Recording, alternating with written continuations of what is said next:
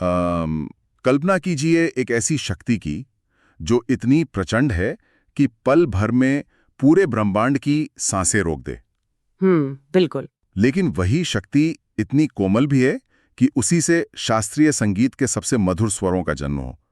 मतलब जब भी हम असीमित ऊर्जा की बात करते हैं तो दिमाग में हमेशा विनाश, तूफान या किसी ज्वालामुखी की छवि उभरती है, राइट? हाँ, अक्सर लोग यही सोचते हैं। लेकिन आज के हमारे इस गहराई से किए गए विश्लेषण में हम एक ऐसे लौकिक प्रतीक को समझने वाले हैं जिसने एक बेकाबू तूफान को परम ज्ञान, अचूक एकाग्रता और मधुर संगीत में बदल दिया। और वो हैं हनुमान। सही कहा आपने।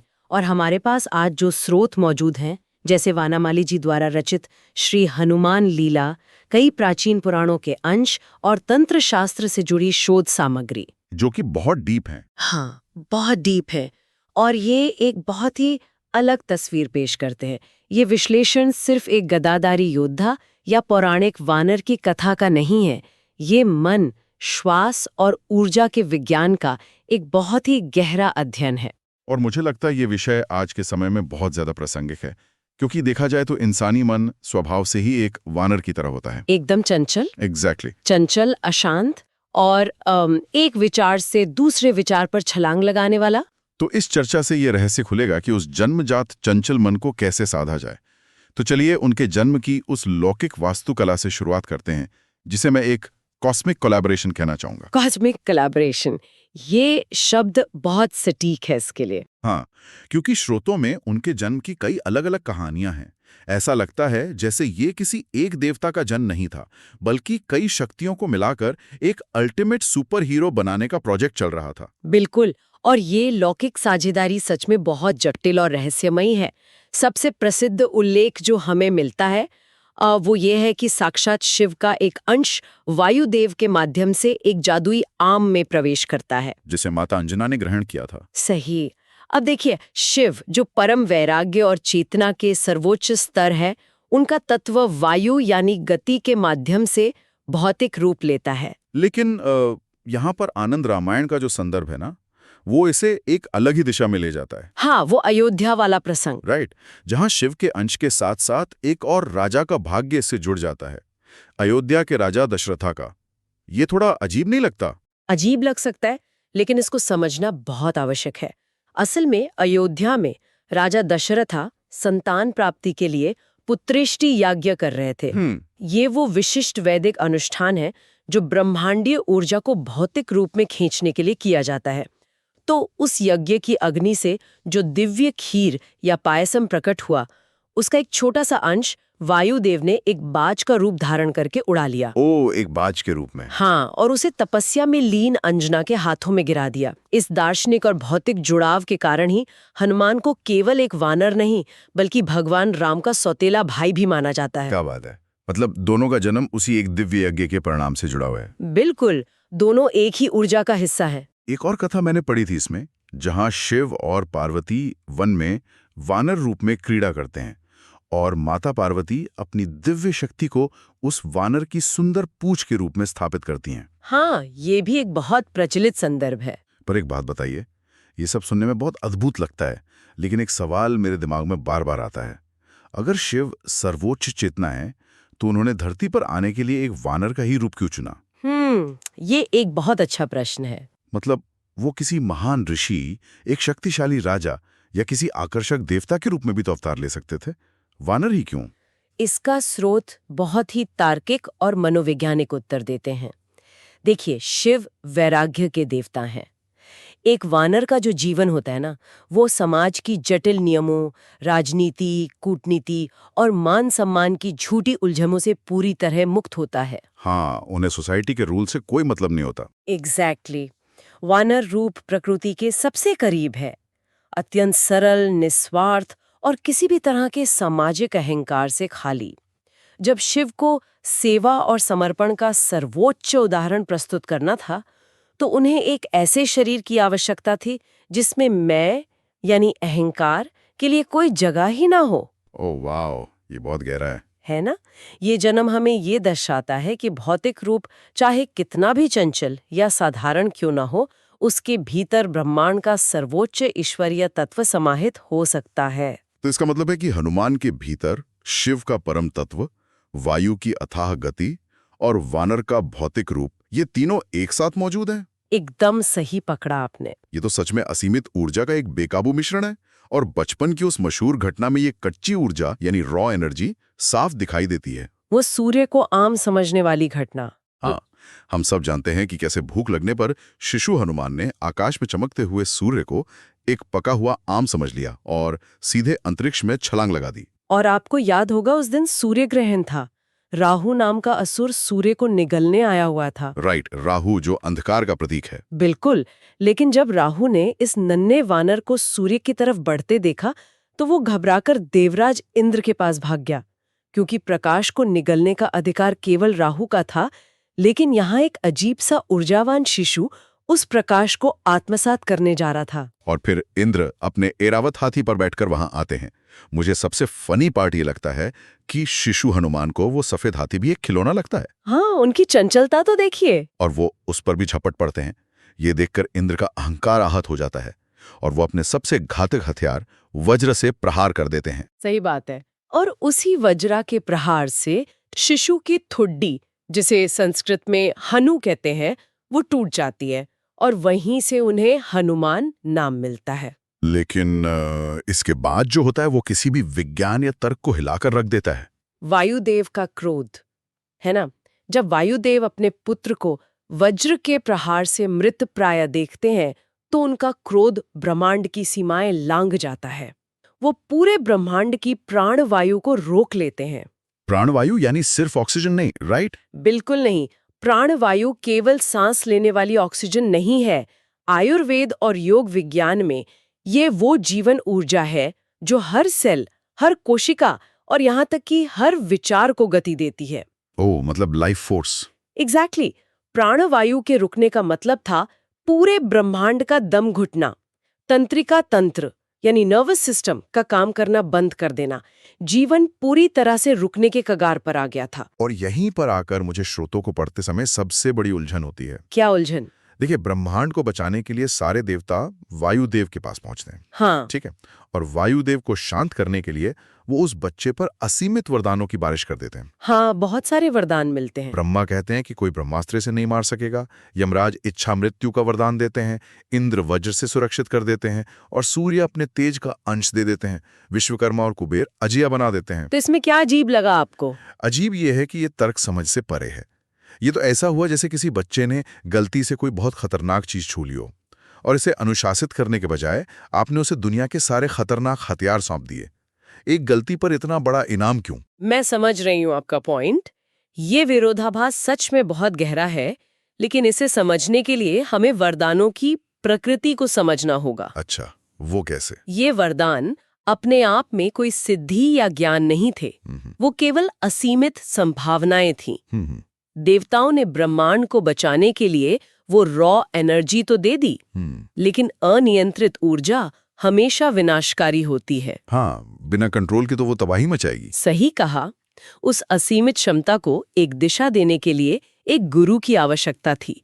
बिना गुरु के ये कच्ची ऊर्जा सिर्फ तबाही लाती।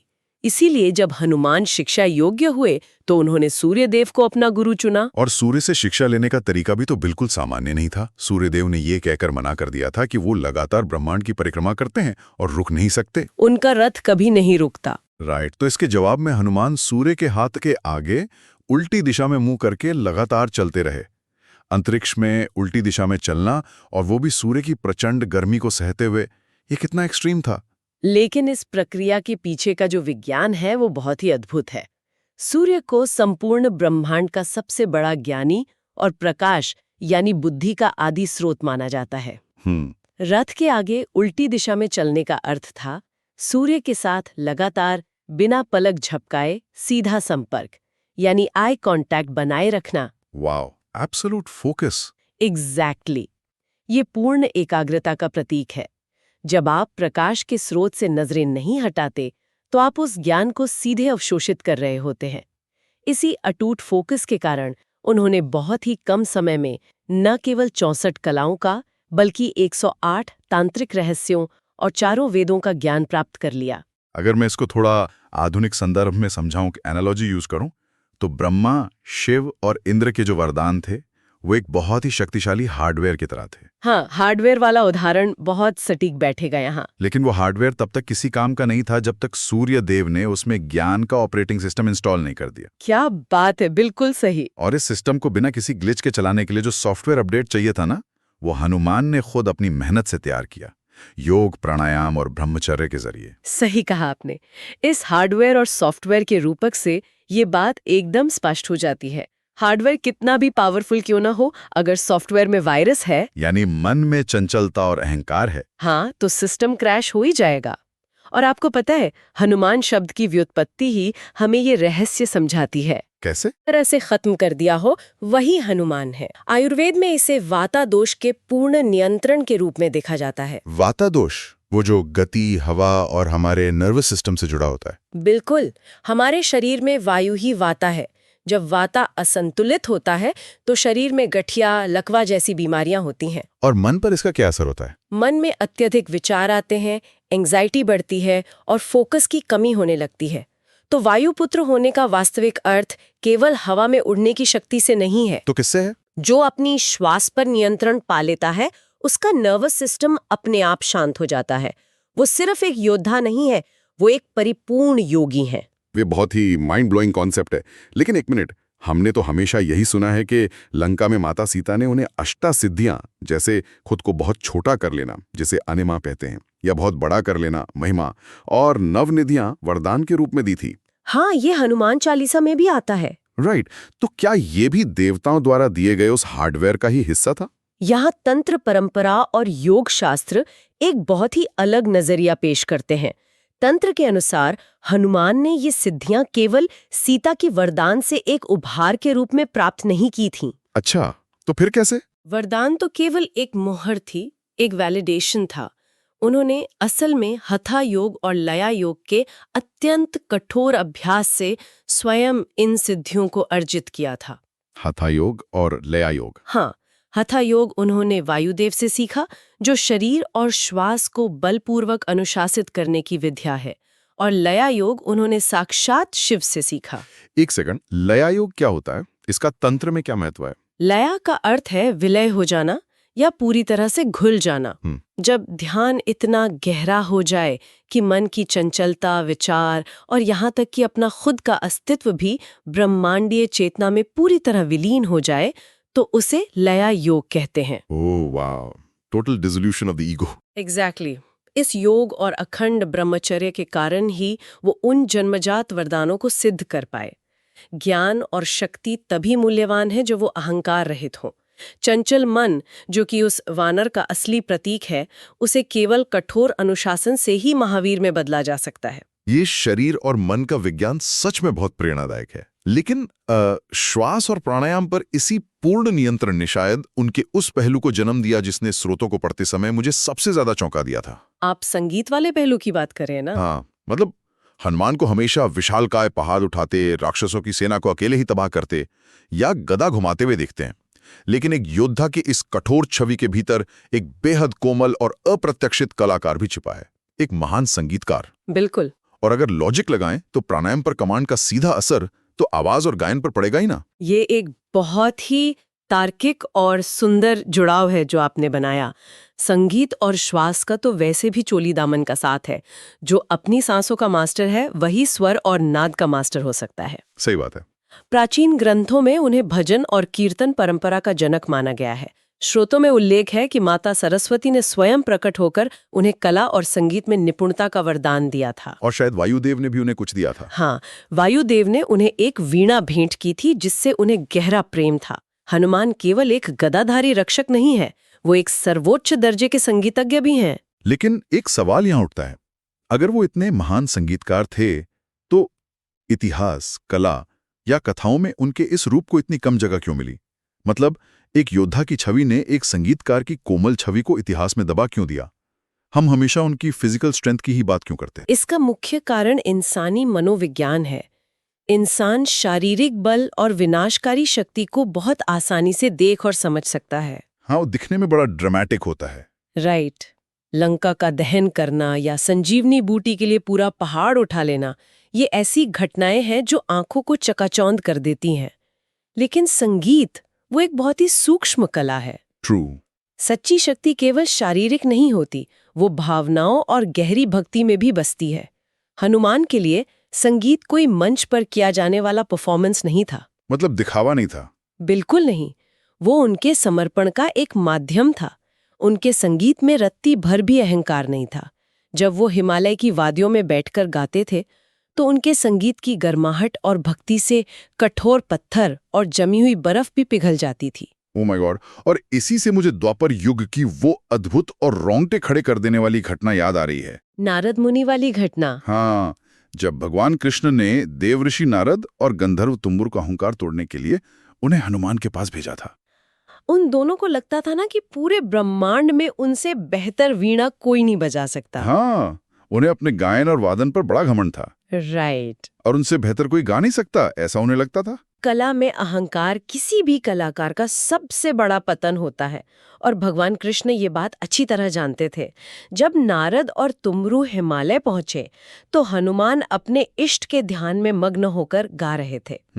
उनके स्वर में इतनी शुद्धता, इतनी पीड़ा और इतनी भक्ति थी कि हिमालय की वो कठोर बर्फ पानी बन गई। नारद और तुमरू उनके इस गायन से इतने मंत्रमुग्ध हो गए कि उन्होंने अपनी वीणाएं उस पिघली हुई बर्फ पर ही रख दी और संगीत में खो गए। लेकिन फिर ट्विस्ट आता है।